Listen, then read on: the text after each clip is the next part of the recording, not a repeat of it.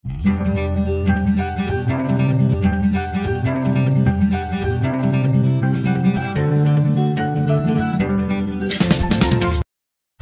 nga pala to subscribe and hit the notification bell para updated kayo palagi. Thank you. Welcome back! Ayan, so this is Jonah, ang inyong ka-friendship. Ayan, so guys, if bago ka pa lang sa channel na to, ka-friendship, inaawitan kita, please subscribe, pahit ng notification bell, like and share na rin po, para matulungan nyo naman po akong ma-reach yung 1,000 subscribers na goal ko. Ayan, so ang topic natin for today, mga ka-friendship, ang ating talakayan, kwentuhan is about paano nga ba kami nakahanap ng trabaho namin dito sa Saudi Arabia. Yan. So, without further ado, let's go! Yan. So, mga ka-friendship, if ever magustuhan mo man tong video na to at may mga mapulot kang idea sa aming personal experience, sana naman, huwag mong kalimutang i-like at i-share at subscribe na rin. Yan. Thank you!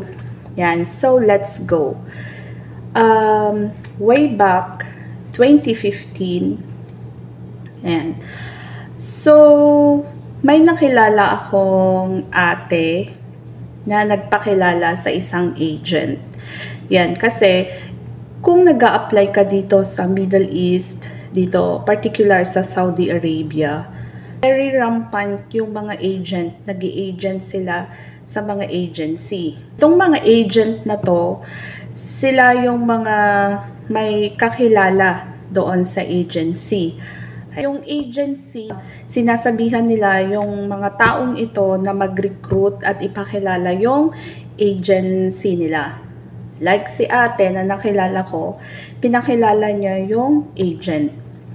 During that time, wala pa akong ka-idea ng tungkol sa Saudi Arabia. Actually, sa lahat ng bansang napuntahan ko, parang takot na takot pa ako noon na mag-Saudi Arabia. Yan. So, nung nakilala ko si ate, pinakilala niya itong agent na to. And then, kinuha ko yung number, tinext ko yung agent. And then, sabi niya, i-forward yung number namin doon sa Manila. So, parang ang nangyari noon is agent to agent. Kasi yung sumalubong sa amin dati sa Manila is agent din siya. Siya yung appointed mismo na agent doon sa agency. Kaya, ganon. From agent to agency. Parang ganon. Kasi ganito yan.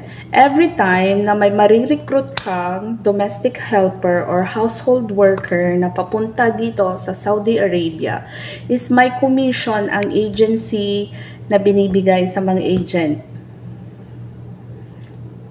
Sorry, na-expose ko na. Hindi, pero ganun po. Ganun po talaga yung process. Kung hindi nag-walk-in si applicant, mostly dumadaan siya sa agent. Ayan. Itong karanasan na to ay base sa aming personal experience. Okay guys? Base po sa aming personal experience. So, kung hindi man lahat nag-agent, nag-direct siguro sa mismong agency or nag-walk-in sa mismong agency. Ganon. Kasi hindi natin maikakaila na kapag ang a-applyan natin is bansang Middle East na under household worker, napakarami pong nag-agent. Okay? So, dumaan po kami sa agent. So, 2015 yung taon na yon. And then, nakilala namin to.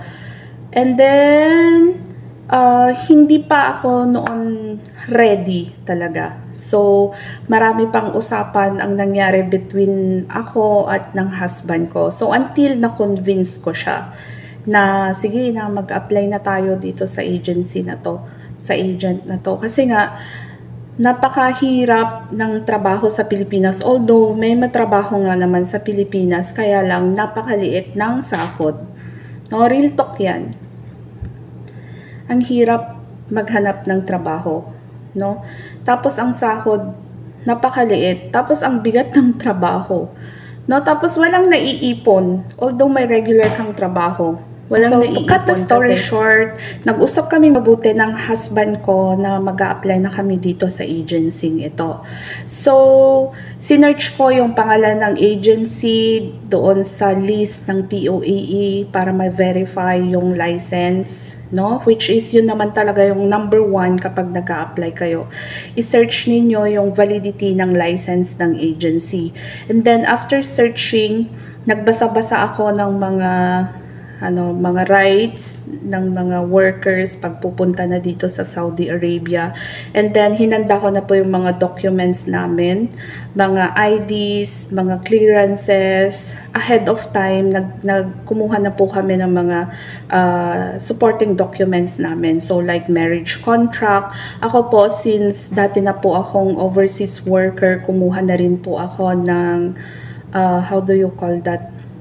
Info sheet, yun. Matanda na tayo.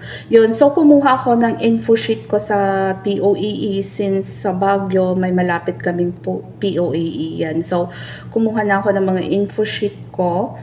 And then, kumuha na rin po kami ng marriage contract namin na PSA. Kumuha na rin po kami ng birth certificate namin PSA, ganyan. So, yung mga IDs namin, hinanda na rin namin. Nirenew ko yung passport ko. Kumuha na rin ng passport yung husband ko. Ayan, so wala nang gaanong ginawa si agency sa amin. Okay? Kasi naka-ready na yung aming mga supporting documents. Yan yung kagandahan, no? May naka-ready ng mga supporting documents ninyo kapag mag-a-apply kayo. So, upon checking ng validity ng license ng agency, nagbasa-basa na ako ng mga rights ng household worker, no? Under labor law ng Saudi Arabia. Yan, sinearch ko na din yung mga requirements na kailangan naming dalhin. So, nagdala na po ako ng mga supporting documents namin. And then, after that, kinontak na namin si agent. And bumiyahe po kami from Baguio to Manila. And then, from there, nung nandun na po kami sa Manila, sinalubong na po kami ni agent. Ayan. So, yun nga, nung nandun na kami sa Manila, dun sa mismong agency, sa may Pedro Hill, yan, agad-agad, nag-take kami ng pre-medical. No, syempre, kasi i-evaluate nila kung fit to work ka ba at i-continue mo yung application. Yan.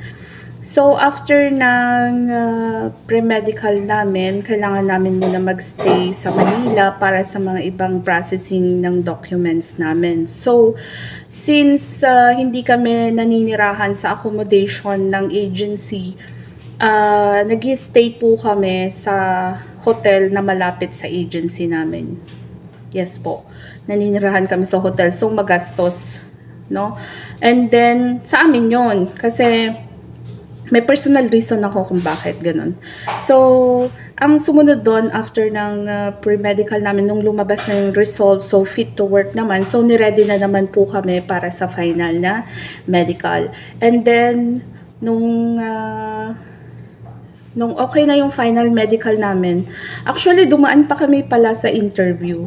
Guys, dumaan kami sa interview ng mismong may-ari ng agency. So, galing pa siya dito, parang inantay pa namin na dumiting siya sa Pilipinas kasi galing pa siya fresh from Jubail, Saudi Arabia to Philippines. Ayan, so in-interview kami ng may-ari.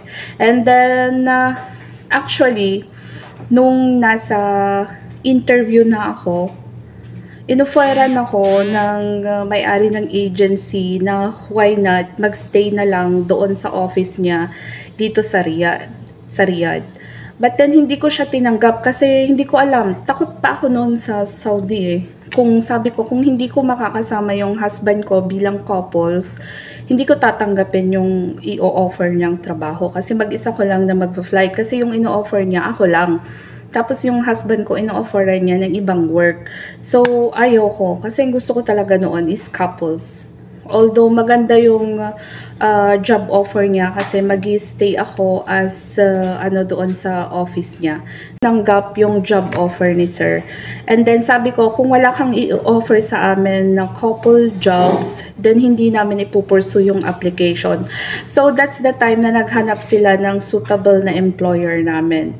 So although hindi kailangan ni Baba ng driver, but then since yung qualification sa requirements ni Baba noon is medyo sabihin na nating mataas yung qualifications na hinihingi ni Baba.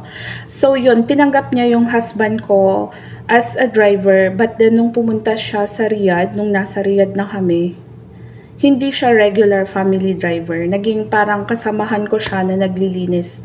Naging maintenance siya ng bahay ni Baba. Yun. So, ganun po yung nangyari. Smooth yung application namin since naka-ready na yung mga ibang documents namin.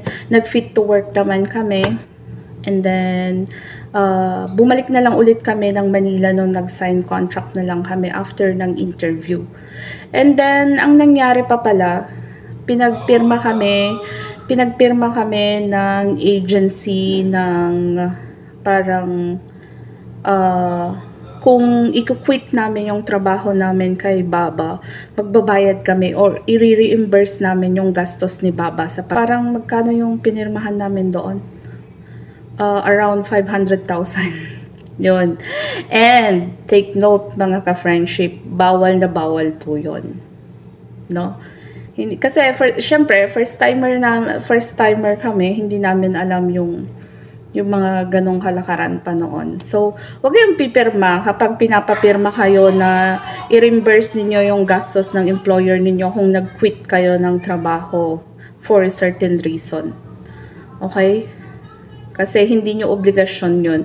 Kung valid naman yung reason ninyo na mag-quit, hindi nyo obligasyon yung pag-reimburse. So, agency po ang dapat sumagot nun. Yan. So, ano pa yung nangyari? So, after no, naging smooth yung application, nakailang balik din kami for the contract. Nagpidos kami, nag-OWA kami. So, hindi ko makakalimutan yung sa OWA, yung sinabi na walang gumagamit ng electric fan sa Saudi Arabia. Maling-mali si sir doon. Kasi yun nga, yung isang reason kung bakit hindi na ako nag-renew kay Baba noon. Kasi hirap na hirap ako during summer. Kasi ang gamit lang namin is electric fan o air cooler. Yung marwa na tinatawag dito. And napakainit ng summer sa Riyadh. Okay? Yun. Yun yung kwento kung paano kami nakapag-apply dito sa Saudi Arabia. Ayan. So, nung I think patapos na yung kontrata namin, no? Doon ko na lang na-realize na bakit hindi ko grinab yung offer ni sir doon sa agency. Sayang, no?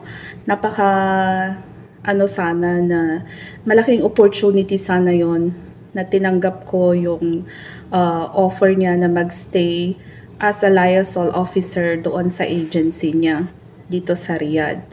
Pero at least na-experience natin na nag-work as a household worker and okay naman, kaya naman natin yung trabaho kasi kahit saan naman tayo mapadpad basta maging masipag lang tayo, no guys? Yun. So yun yung kwento kung paano kami nakahanap ng trabaho namin dito sa Saudi Arabia. Yan. So guys, yun nga pala yung maiksing kwento ng aming paghahanap ng trabaho dito sa Saudi Arabia. And guys, so kung may napulot kayong idea sa ating kwentuhan, please wag mong kalimutang mag-subscribe, i-like and share naman ang video na to. Maraming salamat. And shout out lahat sa aking mga subscribers na nanatili sa haba ng panahon na natigil tayo sa pagbablog. Pero nanatili po sila. Maraming salamat po sa inyong lahat. Ayan, until sa susunod nating video. Paalam!